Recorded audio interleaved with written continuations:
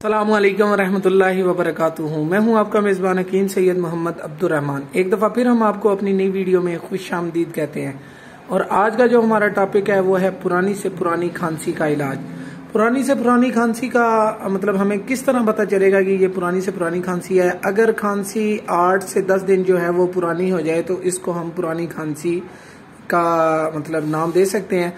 और अगर जिस्म के अंदर बलगम की ज्यादा हो जाए, मतलब खांसी करते वक्त जिस्म से बलगम का अखराज जो है वो काफ़ी मिकदार में हो, उसके लिए हमारा ये नुस्खा है। बहुत ही मतलब दिखने में तो आसान सा है लेकिन बहुत कमाल की चीज़ है। मतलब अक्सर मरीजों को हमने ये नुस्खा जो है वो इस्तेमाल करवाया और अल्हम्दुलिल्लाह मरीज ठीक भी हुए हैं। हमारे पास बढ़िया खालिश शहद, शहद आपने लेना है बेरी का छोटा शहद जो है वो आपने ले लेना है। 1 चम्मच साथ में ये अदरक पड़ी है, ये आप खुशक भी ले सकते हैं और मतलब इस तरह भी गीली हालत में भी ले सकते हैं। खुशक जो होती है वो जंजीबील सूट के नाम से जानी जाती है और इस तरह की अगर मिल जाए तो आप इसको साफ करके आप इसको अच्छी तरह जो है ना वो बारीक पीस लें, जिस तरह हम सालन वगैरह में डालते हैं।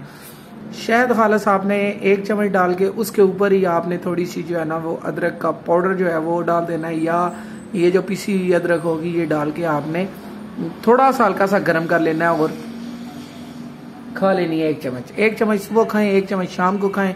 इंशाल्लाह पुरानी से पुरानी जो है वो खांसी खत्म हो जाएगी, बलगम का अखराज हो जाएगा। रही बात बच्चों में, अक्सर ये मसला ज्यादा होता है तो बच्चों को आप जो है ना वो उंगली के साथ लगा के ना चटा भी सकते हैं।